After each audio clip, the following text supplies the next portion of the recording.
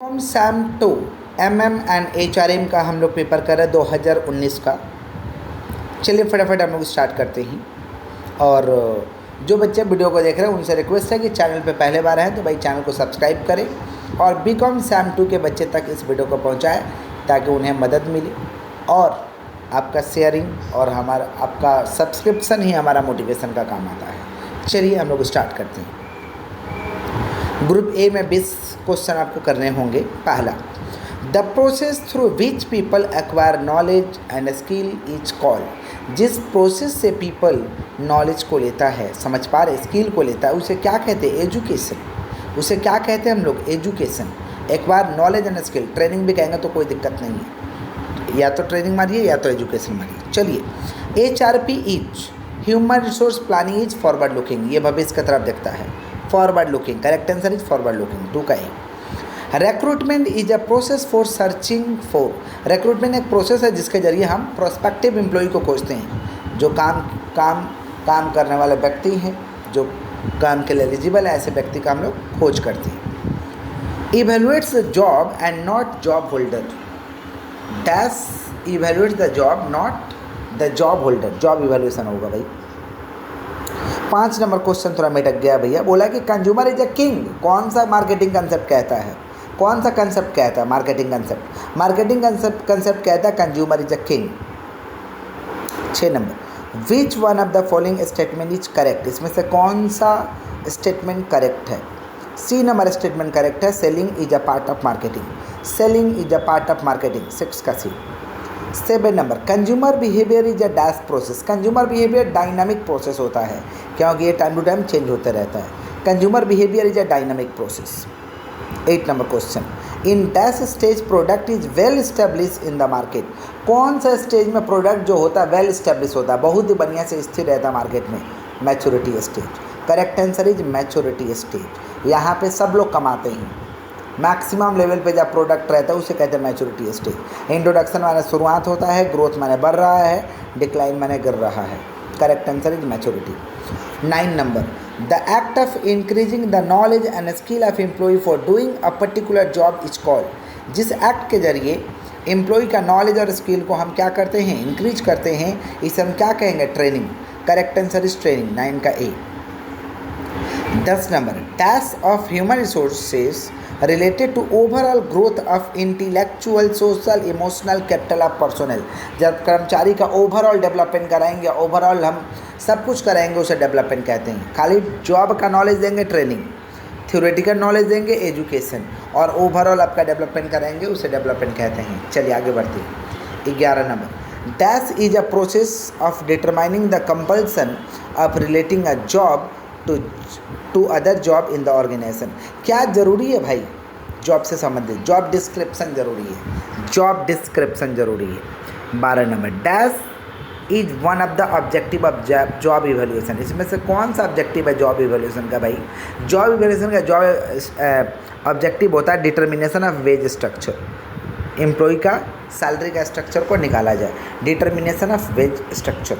Correct answer 12 का है। 13 number, human resource department maintain record of. Human resource department किसका record को maintain करेगा? एम्प्लॉय का, ह्यूमन का। ह्यूमन रिसोर्स डिपार्टमेंट किसका एम्प्लॉय रिकॉर्ड को मेंटेन करेगा? एम्प्लॉय का। 14 number, a general pricing approach includes. एक जनरल प्राइजिंग मतलब गुड्स का प्राइजिंग तय करे तो उसमें क्या इंक्लूड्स रहेगा? Cost based approach. देखिए भाई, जनरल तरीका है कि कोई भी कंपनी या कोई भी व्यक्ति जब प्राइस को तय करता है तो कॉस्ट को पहले ध्यान में रखता है, कितना खर्चा आ रहा है, उसके ऊपर वो प्रॉफिट को चार्ज करता है। Cost based approach. 15 number, zero level channel. अरे जीरो लेवल का मतलब क्या? डायरेक्ट चैनल कहते हैं, मैन्युफैक्चरर टू कस्टमर, बनाइए और बेच दीजिए। इनडायरेक्ट लेवल का चैनल भी था जिसमें 1 लेवल था, 2 लेवल था, 3 लेवल था। 1 लेवल में क्या आता था भैया? Manufacturer, retailer, consumer. 2 लेवल में क्या आता था? Manufacturer, wholesaler, retailer, consumer. 3 level में क्या आता था? Manufacturer, agent, wholesaler, retailer, consumer. चलिए, तो zero level channel means manufacturer to consumer. चलिए आगे बढ़ते हैं। 16 number, sources of new product idea are. नया प्रोडक्ट का आइडिया कहाँ से आता है? कस्टमर से आता है, कंपटीटर से आता है, डिस्ट्रीब्यूटर से आता है, all of these. Correct answer is all of these, 16 का डी। एडवर्टाइजिंग इज, एडवर्टाइजिंग क्या है भाई? एडवर्टाइजिंग पेड वाला मीडिया है जहाँ पे पैसा देते हैं हम लोग। The use of paid media by a seller, seller ने पैसा देता है। 17 का ए। 18 marketing communication mix does not include, marketing communication mix में क्या नहीं इंक्लूड रहेगा? कंज्यूमर का सेटिस्फैक्शन। मार्केटिंग कम्युनिकेशन मिक्स में क्या नहीं इंक्लूड रहेगा? Consumer satisfaction. 19 number human resource management is, human resource management क्या है भैया? परवासी भैया, हर जगह लागू है। कंसेप्चुअल प्रोसेस नहीं है, कंट्रोल प्रोसेस नहीं है, मटेरियल प्रोसेस नहीं है। परवासी इट इज एप्लीकेबल एवरीवेयर, हर जगह ह्यूमन रिसोर्स लगेंगे। क्रिकेट के मैदान से लेकर के, दुकान से लेकर के, आपके बिजनेस से लेकर आपके व्यापार तक, हर जगह लगेगा आपको human resource. 20 number HRM is concern with the dash of the organisation, HRM किससे संबंधित होता है? ऑर्गेनाइजेशन में पीपल से संबंधित। ह्यूमन रिसोर्स मैनेजमेंट किससे संबंधित होता है? पीपल से। 20 का C. Group B HRM is a key to organisation success. देखिए भाई, ह्यूमन रिसोर्स मैनेजमेंट जो है, ह्यूमन को मैनेजमेंट करना ही, एम्प्लॉय को मैनेजमेंट करना ही, ये ऑर्गेनाइजेशन का सक्सेस का की होता है, चाबी होता है। A key to organisation success. Human resource खराब रहेगा, ऑर्गेनाइजेशन को बर्बाद करके रख देगा। 2 number does not come under the purview of HRM, HRM के अंदर में क्या क्या इसमें से नहीं आएगा भैया? कल्चर ऑफ एम्प्लॉय, एम्प्लॉय का कल्चर नहीं आएगा, एम्प्लॉय का कल्चर, कल्चर ऑफ एम्प्लॉय। 2 का D. 3 number which one of the following is not the operative function of HRM, HRM का इसमें से कौन सा ऑपरेटिव फंक्शन नहीं है? Motivation. Correct answer is motivation. HRP is important because of, HRP माने human resource planning important है, क्यों? क्योंकि improving skilled ability through its implementation. Correct answer is C, correct answer is C. Which one of the following factor does not affect HRP, कौन सा इसमें से जो factor है HRP को इफेक्ट नहीं करता है? इफेक्ट नहीं करता। Capital structure, capital structure HRP को इफेक्ट नहीं करता है। 6 number the benefit of training from the view point of the organisation, training से क्या बेनिफिट होता है? बेटर परफॉर्मेंस हो जाता है, इंक्रीज इन प्रोडक्टिविटी, प्रोडक्टिविटी बढ़ जाता है, मोरल डेवलपमेंट हो जाता है एम्प्लॉय का। All of the above, correct answer is all of the above. 6 का D. 7 number dash is about helping people understand themselves and other reasonably, कौन सा भैया जो है लोगों को हेल्प करता है, अंडरस्टैंड करवाता है? सेंसिटिविटी ट्रेनिंग, सेंसिटिविटी ट्रेनिंग ये लोगों को हेल्प करता है। The method of job evaluation include, job evaluation का मेथड में क्या आएगा भैया? रैंक दे दीजिए, ग्रेड दे दीजिए, पॉइंट दे दीजिए, all of these. Job evaluation का मेथड में सारे आते हैं, ranking, grading, point, all of these.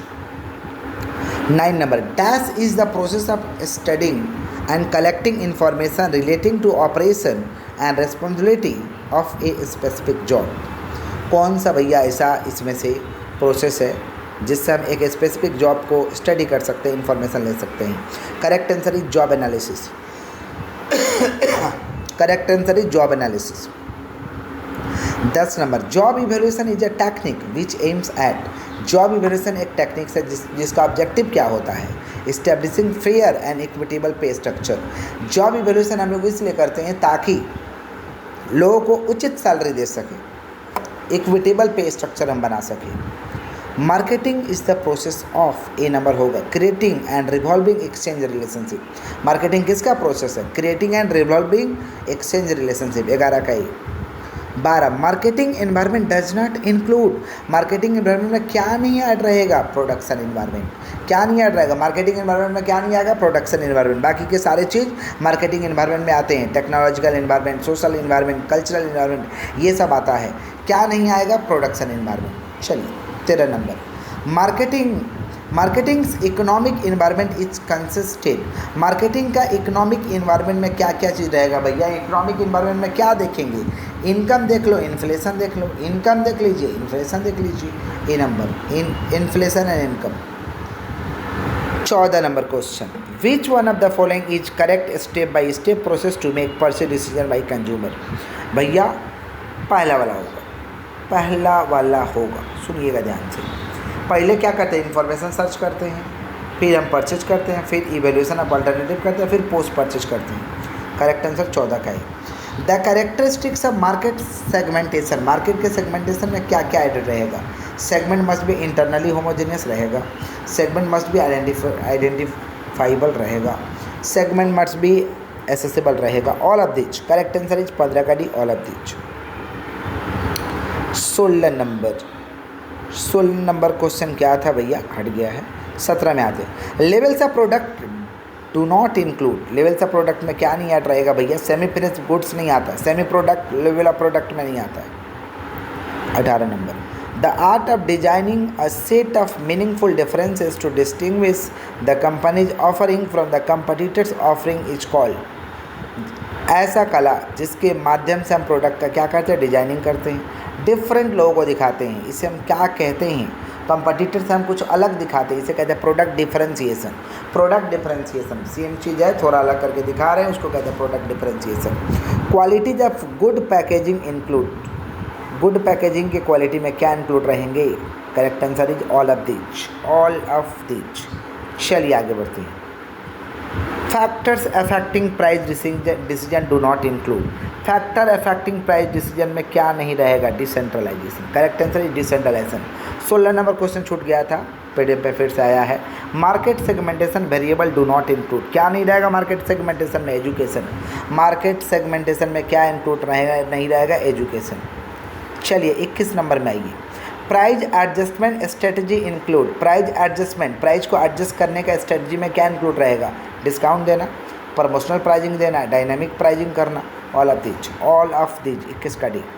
22 number, generally a new firm sets promotional prices at, correct answer is C होगा, 22 का C, both A and B. 23 number question, the use of marketing principle and techniques to improve the welfare of the people is called, ऐसा marketing principal, ऐसा technique जो people के welfare के भलाई के लिए काम आता है, इसे हम कहते हैं सोशल मार्केटिंग। सोशल मार्केटिंग ऐसा प्रिंसिपल है जो लोगों के भलाई के लिए किया जाता है। 23 का सी, सोशल मार्केटिंग, लोगों के भलाई के लिए जो मार्केटिंग किया जाता है उसे हम सोशल मार्केटिंग कहते हैं। The process of selling product and services based on the environmental benefit is called, जब इन्वायरमेंट बेनिफिट के हिसाब से कोई प्रोडक्ट को हम बेचेंगे उसे हम कहते हैं ग्रीन मार्केटिंग। इन्वायरमेंट के हिसाब से जब प्रोडक्ट को बेचेंगे उसे हम कहते हैं green marketing. 25 number, consumerism is a socio economic order that encourage the acquisition of product और सर्विसेज, बोला जा रहा है कि ऐसा कंज्यूमरिज्म एक सोशियो इकोनॉमिक ऑर्डर है जो कि प्रोडक्ट और सर्विसेज को क्या करता है भैया, ज़्यादा से ज़्यादा मात्रा में लोग कंज्यूम करते हैं, consumer, ever increasing amount, A number. 26, which one of the following is the primary step to fill up the vacant position, vacant position का प्राइमरी स्टेज क्या है भैया, खाली स्थान है, एम्प्लॉय भरना है। पहला आइडेंटिफाइंग वैकेंसी, वैकेंसी को पहचानो कितने लोग चाहिए, identifying vacancy. Dash is allocation of job people, क्या भैया allocation, dash is allocation of job to people, कौन सा ऐसा एलोकेशन है इसमें से जिसके जरिए लोगों को काम दे देते हैं। प्लेसमेंट का मतलब काम दे देना लोगों को, प्लेसमेंट मैंने क्या दे देना, काम दे देना। 28, the candidate are examine extensively in core areas of knowledge and skill of the job by the depth interview, भाई जब पूरा का पूरा हम कोर एरिया को पहचानेंगे, एम्प्लॉय के स्किल्स को पहचानेंगे, ऐसे चीज़ को कहते हैं डेप्थ इंटरव्यू मेथड, डेप्थ में इंटरव्यू लेंगे, करेक्ट आंसर इज बी, 28 का B. 29, long term HRP involves, long term HRP का मतलब ह्यूमन रिसोर्स प्लानिंग, क्या चीज़ से इन्वॉल्व है, preparation of man power inventory, कितने लोग चाहिए उसका जब प्रिपरेशन करेगा इसे हम कहते हैं लॉन्ग टर्म।